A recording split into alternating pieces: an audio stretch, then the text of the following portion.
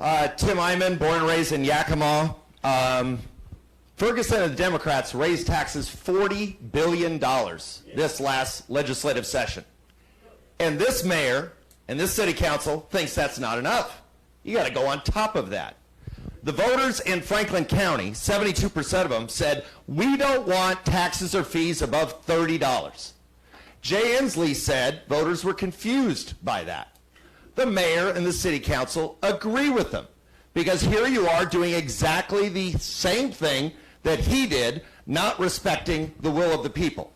When you say you're going to have a meeting starting at 7, and I tell 60,000 people to tune in to watch, and you don't start listening to people until 7:50, you're not even following your own rules.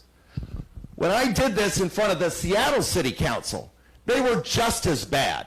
But that's Seattle. You're acting exactly like the Seattle mayor, exactly like the Seattle City Council, where you put it off as long as you could. You had already made your decision, and all they were doing is just biding time, hoping that people would get tired and walk out.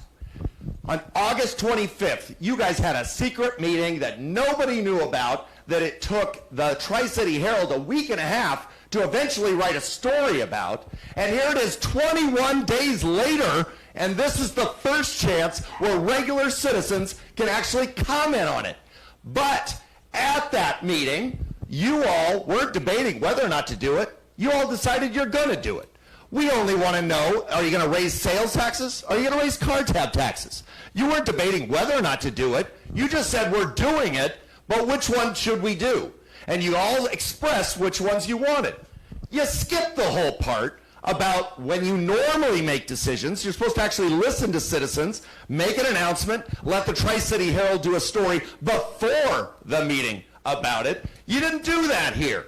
It was so maddening to hear you skipping past the whole citizen comment portion. But let's talk about how that's a joke too. Because you already know the voters don't want this. You already know they can't afford it, but you're doing it anyway. Now, you say that you're only going to make final decisions later. That's not what happened on August 25th. And it infuriated me because I was watching you skip past everything, supposedly a conservative city council, supposedly a conservative mayor, acting exactly the way Seattle does. Now, $40 billion in one legislative session from Democrats. We come to expect that. But when we have supposed conservatives saying 40 billion isn't enough, let's go above that. Let's go higher than that. Let me close with this. 25 years ago, when we passed this one just a couple of years ago, 72% of them voted for it.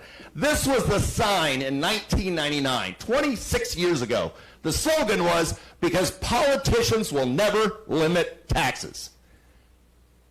True today, 26 years later, as it was back then, you will never limit taxes. It is infuriating that you're doing this, and you're doing it before you've even listened to the people. It infuriates me. I hate it, and I'm really pissed off about it. Thank you. All right.